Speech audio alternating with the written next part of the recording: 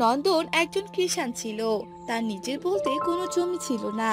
নন্দন সারাদিন মহাজনের জমিতে কাজ করত এবং যখনই ফসল কাটা হয় তখন মহাজন ওখানে চলে আসে। আরে বাবা, ফসল তো বেশ ভালোই হয়েছে। লুলু ভুলু, সবগুলো তুলে নে সবজি। আরে মহাজন সাহেব, আমার পাওনা। ও, সেটা তো আমি ভুলেই গেছিলাম।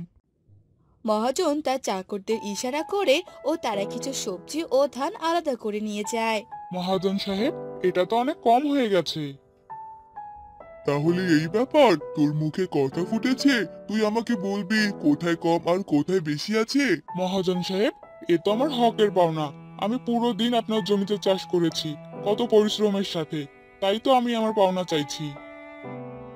বাহ, অনেক বড় লম্বা হয়েছে তোর মুখ।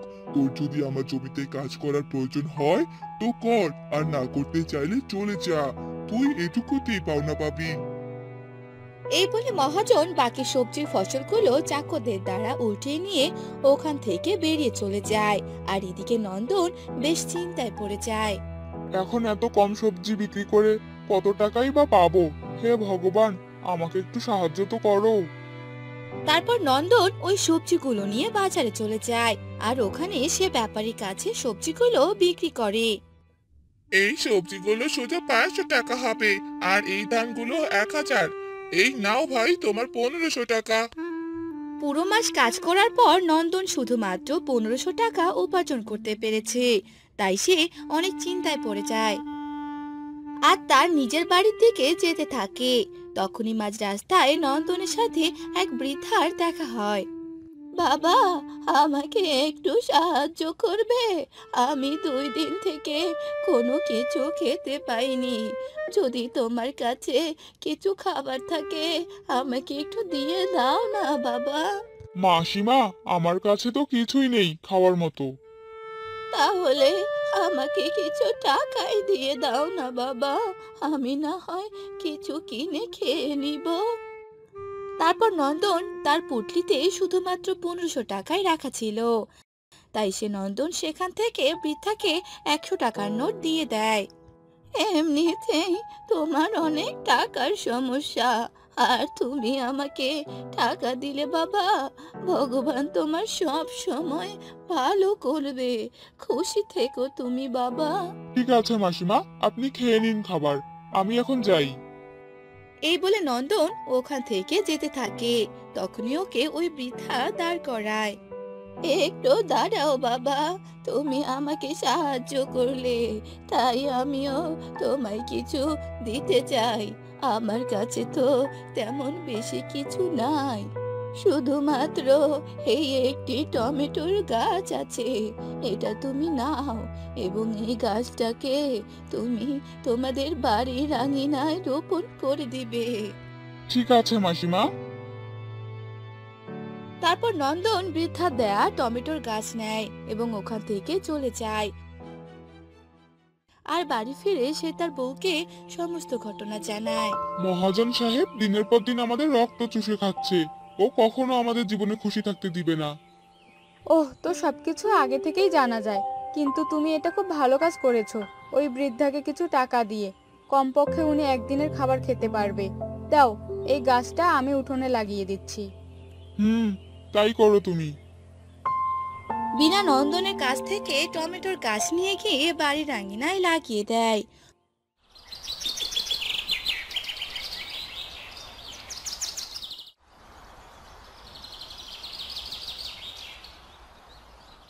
পরদিন সকালে সূর্য ওঠার পরে বিনা গাছে পানি দেওয়ার জন্য বাড়ির বাইরে বের হয়ে আসে। আর তখনই সে টমেটোর গাছকে দেখে অনেকটা অবাক হয়ে যায়।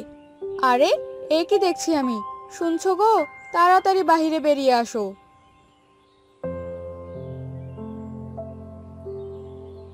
কি হয়েছে? এভাবে ডাকছো কেন?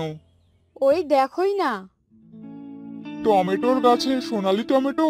এটা কি করে সম্ভব? আরে, সোনালি টমেটো নয়, সোনার টমেটো ধরেছে। মানে, তাহলে ওই বৃদ্ধা আমাকে জাদুই টমেটোর গাছ দিয়ে গেছে?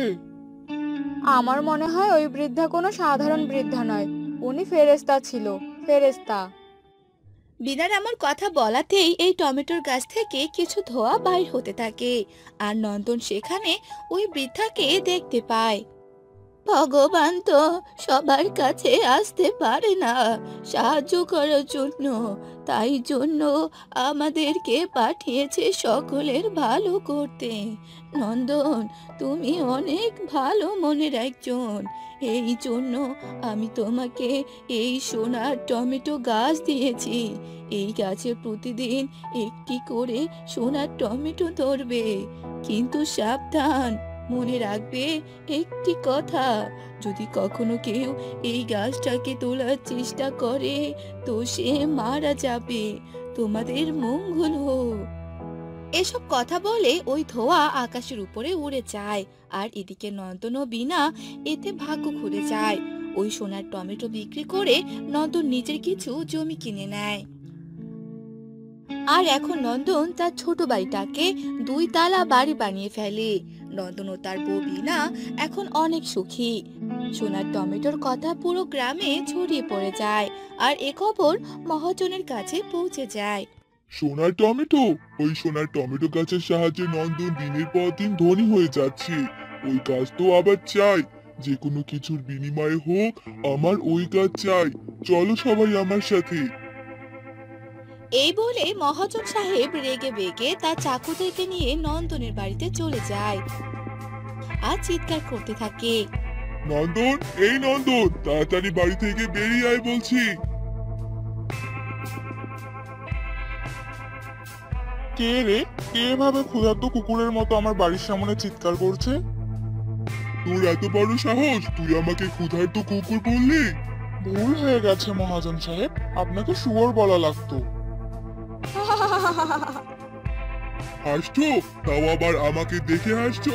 2 টাকা হয়েছে বলে আমাকে দিয়ে মজা নিচ্ছিস তোরা? যাও, নন্দনের বউকে ধরে আনো। মহাজনের কথা শুনতেই লুলু ফুলু দ্রুত নন্দনের বউ বিনার হাত ধরে বেঁধে ফেলে। আরে আরে, এসব কি করছো? চল আমাদের সাথে। ছেড়ে দাও আমাকে, ছেড়ে দাও। আমার বউকে ছেড়ে দাও, ছেড়ে দাও মহাজন সাহেব। এখন সময় এসেছে বলার। তুই যদি তোর বউকে ফিরে পেতে চাস তবে এই সোনার টমেটোর গাছ আমাকে দিয়ে দে, দিয়ে দে বলছি। কিন্তু সাবধান, মনে রাখবে, যদি কখনো কেউ এই গাছ তোলার চেষ্টা করে তবে সে মারা যাবে। তোমাদের মঙ্গল হোক। তখনই নন্দনের ওই বৃদ্ধার বলা কথা মনে পড়ে যায়, তাই তার চেহারায় খুশির প্রতিচ্ছবি ভেসে ওঠে। হ্যাঁ দিব, আমি ওই গাছ আপনাকে দিয়ে দিব, কিন্তু সেটা আপনাকে নিজেই মাটি থেকে উঠিয়ে নিতে হবে। আচ্ছা ঠিক আছে, ঠিক আছে, এমন কি ব্যাপার? তারপর নন্দন মহাজন সাহেবকে তাদের আঙিনায় নিয়ে যায়। এই যে সোনার টমেটোর গাছ। বাহ বাহ, এখন থেকে এই গাছ আমার, শুধুমাত্র আমার। এই বলে মহাজন সাহেব যখন ওই গাছকে তোলার চেষ্টা করে, আরে আরে, কি হচ্ছে, কি হচ্ছে আমার সাথে? লুলু ফুলু বাঁচাও, আমাকে বাঁচাও, বাঁচাও। আরে বাঁচাও, বাঁচাও! এই মহাজন, তোর জন্য আমরাও ফেঁসে গেলাম এবার। বাঁচাও, বাঁচাও! গাছের শিকড় মহাজনের সাথে সাথে লুলু ভুলুকেও মাটির নিচে টেনে নিয়ে যায়। এখন আর কেউ আমাদের পিছনে লাগতে আসবে না। একদম ঠিক বলেছো তুমি। এভাবে মহাজন শেষ হয়ে যায়। আর ওই দিনের পর নন্দন ও বিনার সাথে সাথে পুরো গ্রামবাসী শান্তিতে জীবন কাটাতে থাকে। ওগো শুনছো? দেখো, আমাদের ঘরের সালে কত সুন্দর চিংড়ি চাষ হয়েছে। কালকে থেকে আজ আরো বেশি হয়েছে মাছ। হ্যাঁ, তাই তো দেখছি। তুমি বরং বাজার থেকে কিছু মাছের খাবার নিয়ে এসো। আচ্ছা, যাচ্ছি। প্রতীক বাজারে চলে গেল। সাগর দাদা, আমাকে কিছু মাছের খাবার দাও তো। মাছের খাবার? তুমি কি করবে প্রতীক দাদা? আমার বউ চিংড়ি চাষ করবে গো। কিন্তু তোমাদের তো কোনো পুকুর নেই, তাহলে কোথায় চিংড়ি চাষ করবে? ঘরের চালে গো সাগর দাদা, ঘরের চালে। ঘরের চালে আবার চিংড়ি চাষ হয় নাকি? প্রতীক মাছের খাবার নিয়ে বাড়িতে চলে গেল। এই নাও গিন্নি মাছের খাবার। দাও।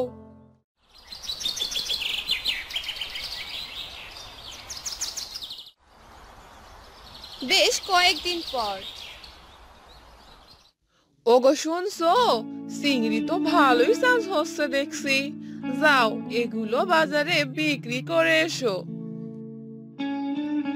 প্রতীক সেগুলো বাজারে বিক্রি করে আসলো, আর কিছুদিনের মধ্যে তারা অনেক বড়লোক হয়ে গেল। কই গো প্রতীক দাদা, ভালোই তো ঘরের সালে চিংড়ি চাষ করেছো। হ্যাঁ দাদা, আইডিয়াটা আমার বই দিয়েছে, আর তার জন্য এত ভালো চিংড়ি চাষ করতে পেরেছি। ভালোই তো, একখান বউ পেয়েছো। দেখতে হবে না বউটা কার? এরপর থেকে তারা সুখে শান্তিতে দিন কাটাতে লাগলো।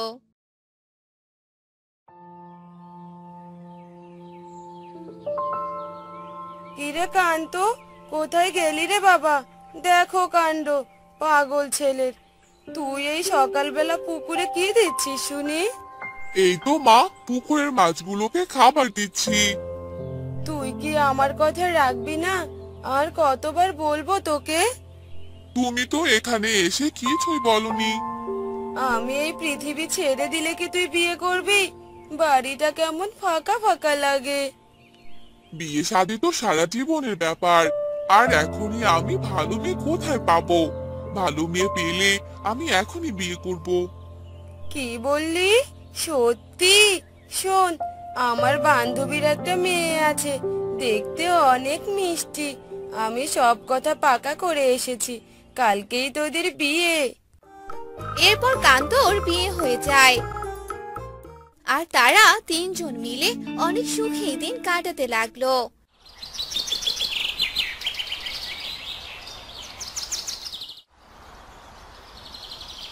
একদিন বৌমা, কোথায় গেলে তুমি? এদিকে একবার শুনে যাও তো। হ্যাঁ মা, বলুন। আজ একটু চিংড়ি টক রান্না করো তো, আমার কান্ত যে অনেক পছন্দ করে, ছেলেটা খুব খুশি হবে। চিংড়ি টক? এই চিংড়ি তো আমার অনেক পছন্দের, আমি এক্ষুনি যাচ্ছি মা।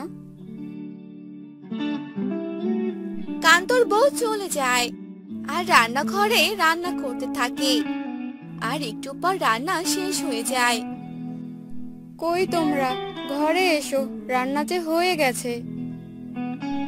সবাই চলে আসে, আর কান্তের বউ তাদের খাবার দিতে থাকে। আর তখনই বাহির থেকে কে যেন ডাকতে থাকে। বাড়িতে কেউ আছো? আমি যে অনেক অসহায়। বৌমা, দেখো তো বাহিরে মনে হচ্ছে কেউ এসেছে। না করো না কিন্তু, কি চাই দিয়ে দিও। এই বুড়ির জ্বালায় শান্তি করে খেতেও পারলাম না। এই বুড়ির এখানে কি চাই? এভাবে ডাকাডাকি করছে কেন? মারে, আমার যে খুব ক্ষুধা পেয়েছে, আমাকে কিছু খেতে দিবি মা? আমার খাবার নষ্ট পছন্দের, দে না, দে না একটু খেতে। এই বুড়ি, যাও তো এখান থেকে, একদম বেশি কথা বলবে না। কোথা থেকে যে আসে এরা, যত সব। আমি চলে যাচ্ছি, কিন্তু আশীর্বাদ করছি তোর এই চিংড়ি খাওয়ার আশ কখনো জানি না মেটে। এ কথা বলে বৃদ্ধা সেখান থেকে চলে যায়। আর কান্তর বউ ঘরে চলে আসে। বুড়িমা কি চলে গেছে? খেতে দিলে না যে? না মা, খেতে দেইনি। এখানে তো মাত্র কয়টা চিংড়ি, আর এসব ভিখারিদের খেতে দিলে কাল দেখবেন আবার ঠিক চলে এসেছে। ছি বৌমা, এটা তুমি একদম ঠিক কাজ করনি।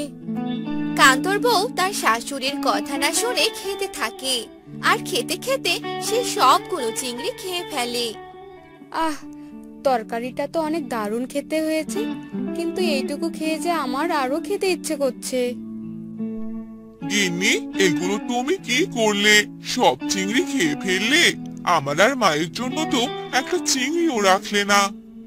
আহ কান্ত, বৌমার ভালো লেগেছে, খেয়েছে। আমরা এই বেগুন তরকারি দিয়েই খেয়ে নেব।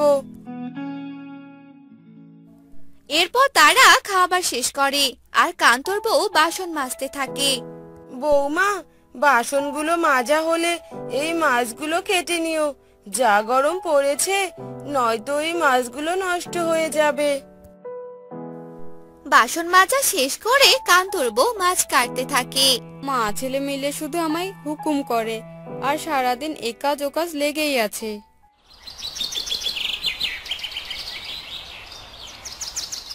শোনো না, এসব মাছ খেতে আমার একদম ভালো লাগে না। আমার শুধু চিংড়ি মাছ খেতে ইচ্ছে করে। ও এই কথা, আচ্ছা তোমাকে কাল অনেকগুলো চিংড়ি এনে দেব।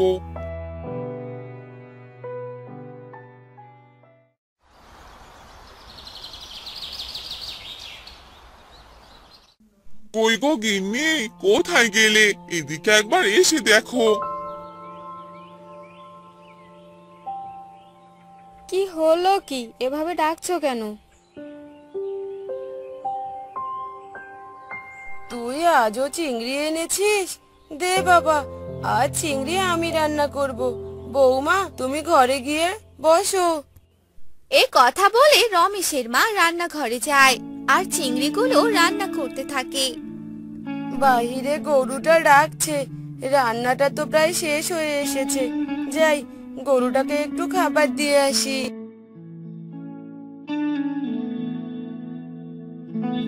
আহ, রান্নাঘর থেকে কি সুন্দর গন্ধ আসছে, মনে হচ্ছে রান্নাটা হয়ে গেছে। যাই দেখে আসি। কান্তর বউ রান্নাঘরে আসে আর চুপি চুপি সব চিংড়ি মাছ খেয়ে পালিয়ে যায়। একটু পর কান্তর মা রান্নাঘরে আসে। হায় হায়, এ কি সর্বনাশ হলো আমার! এখনই তো চুলোর উপরে রেখে গেলাম তরকারি, অতগুলো চিংড়ি কে খেলো? এবার কি করব?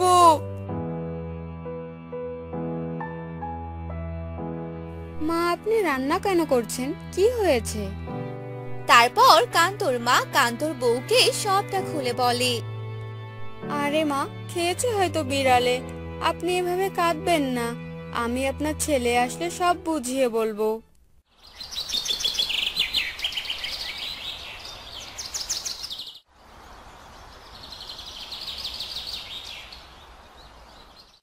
না, আর পারছি না, এই চিংড়ির গন্ধে যে আমি পাগল হয়ে যাচ্ছি।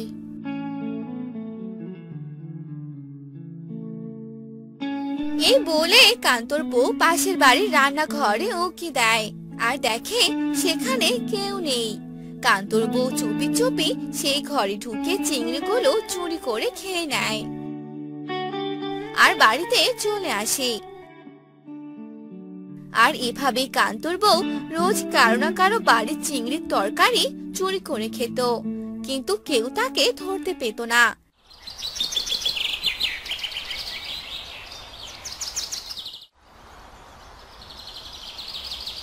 একদিন উফ, আজও উনি বাড়িতে চিংড়ি রান্না করেছে। যাই দেখি আজও চুরি করে খেতে পারি কিনা। এরপর কান্তর বউ পাশের বাড়িতে যায় আর রান্নাঘরে গিয়ে সব চিংড়ি মাছ খেয়ে নেয় আর জানালা দিয়ে এসব দেখে ফেলে কান্তর মা। হায় হায় ভগবান, এ আমি কি দেখলাম! নিজের চোখকে যে বিশ্বাস করতে পারছি না। বৌমাই তাহলে গ্রামের এসব ঘটিয়ে বেড়াচ্ছে। কান্তকে জানাতে হচ্ছে ব্যাপারটা।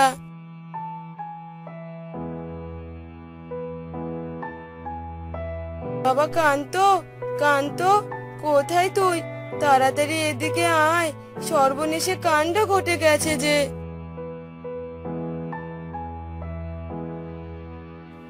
মা, এভাবে ডাকছো কেন? কি হয়েছে বলো তো? গ্রামে যে সবার বাড়িতে চিংড়ি চুরি হচ্ছে, এ কাজ যে তোর বউই করছে। এ কথা যদি জানাজানি হয়, তাহলে যে মান সম্মান আর কিছুই থাকবে না রে বাবা। এসব তুমি কি বলছো মা? আমি যে নিজের কানকে বিশ্বাস করতে পারছি না। এবার আমি কি করব? ঘর থেকে এসব কথা সব শুনতে পায় কান্তর বউ। আর সে উঠোনে আসে। বিশ্বাস করুন মা, আমি এসব ইচ্ছে করে করিনি। শোনো বৌমা, আজকের পর কখনো কারো সাথে খারাপ ব্যবহার করবে না আর অসহায় মানুষকে সাহায্য করবে, তাহলে দেখবে তোমার এই বদ অভ্যাস পরিবর্তন হয়ে যাবে। এরপর থেকে কান্তর বউ অসহায় মানুষদের সাহায্য করতে থাকে আর চিংড়ি খেতে ইচ্ছে হলে নিজে রান্না করে খায়। আর এভাবে তারা সুখে শান্তিতে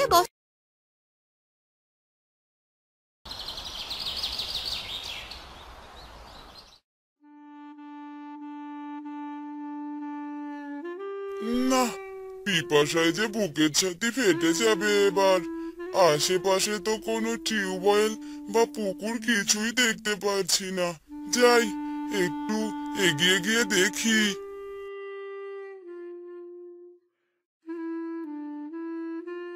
উফ, ওই তো একটা পুকুর দেখতে পাচ্ছি। কি যে ভালো লাগছে। যাই, একটু হাতে মুখে পানি দিয়ে আসি।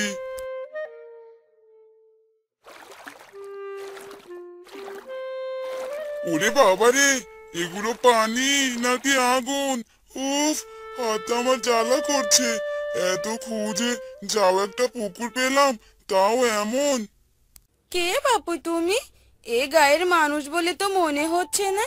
কোথা থেকে এসো? আমার বাড়ি দূর দেশে। আচ্ছা, এই গ্রামে কি এই একটাই পুকুর? আমি যে একটু জল খেতাম, বড্ড পিপাসা পেয়েছে গো।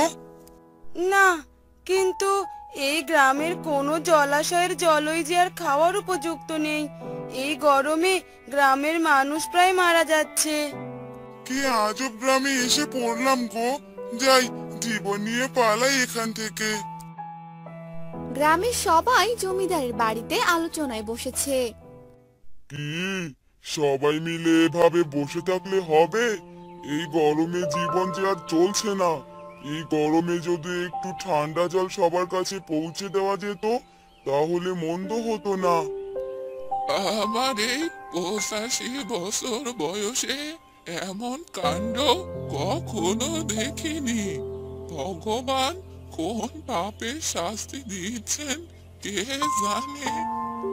মাস্টার মশাই, আপনি তো জ্ঞানী মানুষ, আপনি কিছু বলুন, একটা উপায় বলুন।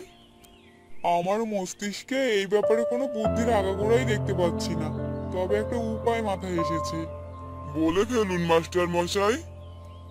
আমরা যদি বরফ আনি আর তা যদি গ্রামের লোকদের কাছে পৌঁছে দেই, তাহলে কেমন হয়? অতি উত্তম প্রস্তাব। আমি এই প্রস্তাবকে অতি উত্তম প্রস্তাব বলে মানতে পারলাম না জমিদার মশাই। কেন হরিহর কাকা, এতে সমস্যা কোথায়? এই গরমে বরফ 2-3 ঘন্টা রেখে ঠান্ডা পানি খেতে পারবে, তারপরে কি করবে? এতে বেগ পোহাতে হবে অনেক, কিন্তু সে তুলনায় লাভ হবে না। কথায় আছে না, খাজনার চেয়ে বাজনা বেশি। ব্যাপারটা তেমন হবে। তাহলে আর কি, আজ এ পর্যন্তই। সবাই ভেবে চিনতে কালকে আবার আসবেন। এরপর সবাই যে যার বাড়িতে চলে যায়।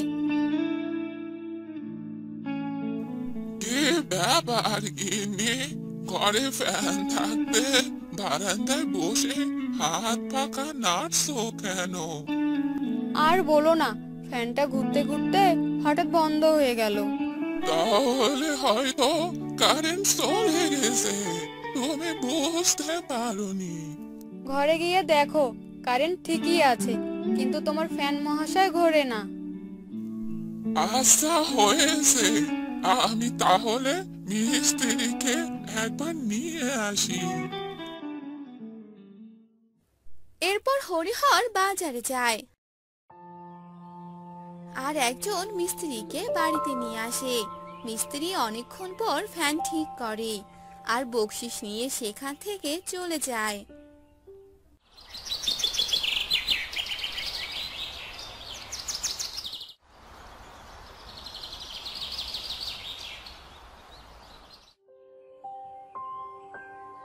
পরের দিন আবার জমিদারের বাড়িতে সবাই উপস্থিত হয়। এবার বলুন, কেউ কোনো সমাধান বের করতে পারলেন? আমাদের গ্রামে যে বড় পুকুরটি রয়েছে তার উপর ছাউনি দিয়ে যদি অনেক বরফ এনে রাখা যায় তাহলে ওই পুকুরের পানি ঠান্ডা হবে আর গ্রামের সবাই সেখান থেকে ঠান্ডা জল নিতে পারবে। হরিহর কাকা, এ নিয়ে আপনার কোনো মতামত আছে? না, এ নিয়ে কোনো মত নেই। এভাবে বসে না থেকে কিছু একটা করা ভালো। যদি একটা ব্যবস্থা হয়। তাহলে তোমরা তিনজন যাও বরফ আনতে, আর আমরা এদিকে পুকুরে ছাউনি দেওয়ার ব্যবস্থা করছি। এরপর তারা পুকুরে ছাউনি দেয় আর বরফের জন্য অপেক্ষা করতে থাকে। আর একটু পর মাস্টার বরফের গাড়ি নিয়ে আসে আর সব বরফ পুকুরে দেয়। বরফ পুকুরে দেওয়ার সাথে সাথে সব পানি হয়ে যায়। যা, এতে তো কোনো কিছুই হলো না। পানি তো যেমন গরম ছিল তেমনই আছে। মাস্টার, তোমার এই বুদ্ধিও কাজে আসলো না গো। জমিদার মশাই, আমরা যদি বড় বানানোর একটা মেশিন এনে এই পুকুরে সেট করি তাহলে গ্রামের মানুষের একটু উপকার হবে, কিন্তু এতে খরচ পড়বে অনেক। আপনি খরচ নিয়ে ভাববেন না, যত টাকা লাগে আমি দেব, আপনি ব্যবস্থা করুন। এই কাজ করতে কিছুদিন সময় লাগবে জমিদার মশাই। কেন কেন এত সময় লাগবে কেন? অনেক বড় মেশিন তো, আবার সেট করার অনেক ঝামেলা। আপনি যদি চান তাহলে পুকুরের সব পানি বরফ করে রাখতে পারবেন। আচ্ছা, তাহলে আজ থেকেই সবাই কাজে লেগে পড়ুন।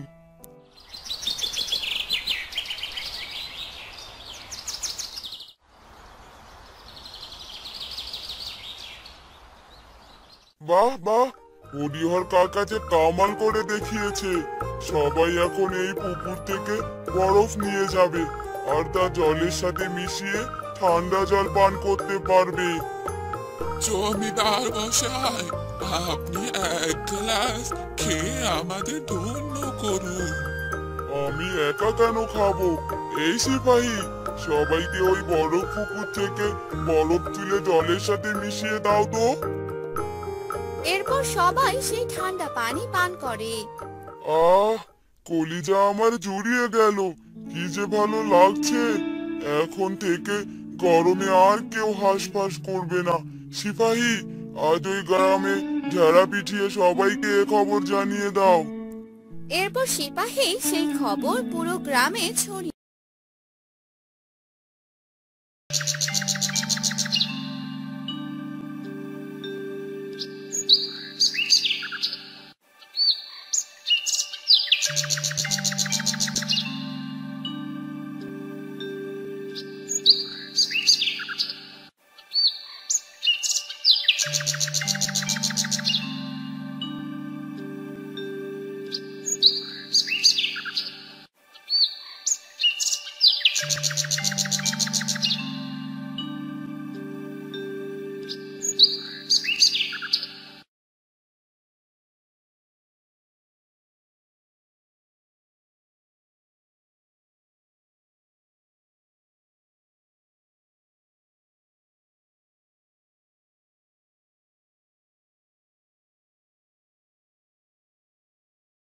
আরে বৌদি, এই দেখো, তোমার দাদা কাল আমার জন্য এই শাড়িটা কিনে এনেছে।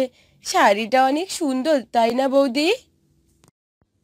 হ্যাঁ বৌদি, আসলেই তো শাড়িটা অনেক সুন্দর। আপনার দাদা তো আমার জন্য সব সময় অনেক কিছু নিয়ে আসে, আমি নিষেধ করার পরেও নিয়ে আসে। আমি আজ আসি বৌদি, বাড়িতে অনেক কাজ।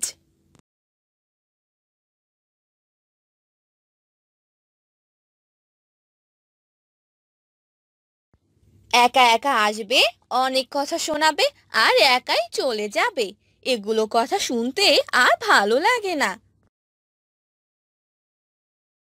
আরে কি হলো গো গিন্নি, এভাবে একা একা কার সাথে কথা বলছো? কার সাথে আবার কথা বলবো? আমি আমার কপালের সাথেই কথা বলছি। কি কপাল আমার! আরে, কি হলো গিন্নি? তোমার কপাল ফেটে গেছে নাকি আবার? আমার তো কপালই পোড়া। সবাই কত দামি দামি শাড়ি গহনা পরে, আর আমি কবে বলেছিলাম একজোড়া বালা বানিয়ে দিতে, কিন্তু আমার কথা আর কে শোনে? সব হবে গো গিন্নি, সব হবে। এবার ফসলগুলো উঠাতে দাও। সব ফসল বিক্রি করে তোমার জন্য এক সোনার বালা নিয়ে এসে দেব। এটা কি আর নতুন কথা নাকি? এ কথা তুমি আমায় রোজ শোনাও। অপেক্ষা করো গিন্নি, অপেক্ষার ফল যে মিষ্টি হয়। হয়েছে, থাক, আর কিছু বলতে হবে না। 1 মাসের সময় দিলাম, এর মধ্যে যেন আমার বালা পাই। এ কথা বলে গোপালের স্ত্রী চলে গেল। এভাবেই অনেকদিন যেতে লাগলো। গোপাল কৃষি কাজ করত, আর এভাবে তাদের সংসার চলতো। হ্যাঁ গো, আমি বলি কি, আমাদের বাড়ির সামনে তো অনেক জায়গা আছে, তুমি বরং সেখানে কিছু সবজি বাগান করো। সবজির বাগান করে কি আর হবে? আর বাগানে কি সবজি চাষ করব? সবজির বাগান করলে আমাদের তো লাভ হবে। আমাদের আর বাজার থেকে সবজি কিনতে হবে না, বাড়িতেই টাটকা সবজি পাবো। তা তুমি ঠিকই বলেছ। আচ্ছা, আমি বরং কালকে কিছু লাউয়ের বীজ এনে দেব, তুমি সেগুলো রোপণ করে দিও। পরদিন সকালবেলা রমেশ বাজার থেকে কিছু লাউয়ের বীজ এনে দিল, আর রমেশের স্ত্রী সেগুলো রোপণ করে দিল। হ্যাঁ গো, দেখবে এবার আমরা বাড়ির টাটকা সবজি খেতে পারবো। ঠিক আছে, তুমি তাহলে গাছগুলোর ভালোভাবে খেয়াল রেখো, যেন ছাগলে না খেয়ে ফেলে। আমি চারিদিকে ঘেরা দেওয়ার ব্যবস্থা করছি, তাহলে আর ছাগলে খেতে পারবে না। তাহলে আর চিন্তা কিসের, আমি বাজারে গেলাম। এরপর রমেশ বাজারে চলে যায়, আর সেই গাছে অনেক লাউ ধরে। ওই দেখো, পাশের বাসার বৌদিরা লাউয়ের গাছ লাগিয়েছে, আর দেখো কতগুলো লাউ ধরেছে। আর তুমি কি করো শুনি? হ্যাঁ, শুধু পারো জমির কাজটুকুই করতে। আমি তো তবুও কাজ করি। আর তুমি, তুমি কি করো শুনি? বাড়িতে সারাদিন শুয়ে বসে থাকো, কোনো কাজ করো না। তুমি আমাকে এসব গাছ লাগানোর কথা বললে আমিও করতাম। হ্যাঁ, এখন সব দোষ আমার। এবার তাহলে আমার কথা শোনো, তুমি ওদের লাউ গাছের লাউ চুরি করে নিয়ে আসবে। কি? চুরি করবো মানে? কিসব বলছো তুমি? তুমি কি আমাকে চোর বানিয়ে দিচ্ছ নাকি? হ্যাঁ, দরকার পড়লে চোর হবে। তুমি পাশের বাড়ি থেকে ওগুলো লাউ চুরি করে আনবে, তারপর সেগুলো বিক্রি করবে। না না, আমি এ কাজ করতে পারবো না। যদি একবার ধরা পড়ি তাহলে কি হবে বলো তো? মান সম্মান সব শেষ হয়ে যাবে। এমন ভাবে চুরি করবে যাতে কেউ কিছু বুঝতে না পারে, বুঝলে তুমি? আচ্ছা ঠিক আছে। এরপর রাতের বেলা গোপাল পাশের বাড়ির লাউ গাছের কাছে যায়, আর এক এক করে সবগুলো লাউ কেটে ঝুড়িতে রাখে, আর চুপি চুপি বাড়িতে আসে।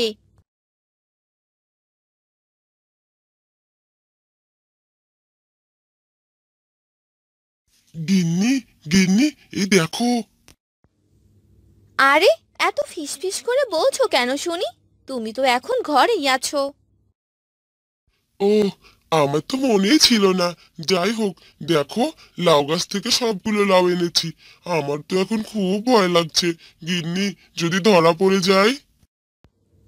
না না, এখন আর ধরা পড়বে না। আগে বলো, তোমায় কেউ দেখেনি তো? না না, আমায় কেউ দেখেনি। তাহলে ঠিক আছে। এরপর তারা রাতে ঘুমিয়ে পড়ে। পরদিন সকালবেলা রমেশের স্ত্রী বাহিরে বের হয়। হায় হায় হায়, এ কি সর্বনাশ! আমার লাউ গাছের লাউগুলো কোথায় গেল? ওগো, তাড়াতাড়ি বাহিরে এসো। আরে, কি হয়েছে? এভাবে ডাকছো কেন? দেখো, কে জানি আমাদের সর্বনাশ করে দিয়েছে গো, সবগুলো লাউ চুরি করে নিয়ে গেছে। আরে তাই তো, গাছে তো একটি লাউও নেই। এসব কিছু বৌদি করেছে। আমাদের এত উন্নতি দেখে তাদের হিংসে হচ্ছে। চলো তো, চলো গিয়ে দেখি। এরপর রমেশ ও তার স্ত্রী গোপালের বাড়িতে গেল আর ঘরে ঢুকে খোঁজাখুঁজি করতে লাগলো। আরে কি হলো, তোমরা এভাবে আমাদের ঘরে কি খুঁজছো? হ্যাঁ, কি খুঁজছে জানো না নাকি? হ্যাঁ, চুরি করে আবার জোর গলায় কথা বলছো। চুরি করেছি মানে? কি চুরি করেছি শুনি? এখন খুঁজলেই তো পাওয়া যাবে যে তুমি কি চুরি করেছো। তারা সবাই বাড়িতে খোঁজাখুঁজি করতে লাগলো। তখনই তারা অনেকগুলো লাউ দেখতে পেল। তখন তারা মোড়লকে ডেকে নিয়ে এলো আর মোড়ল তাদেরকে চুরির দায়ে শাস্তি দিল। গোপাল ও তার বউ উপযুক্ত শাস্তি পেল।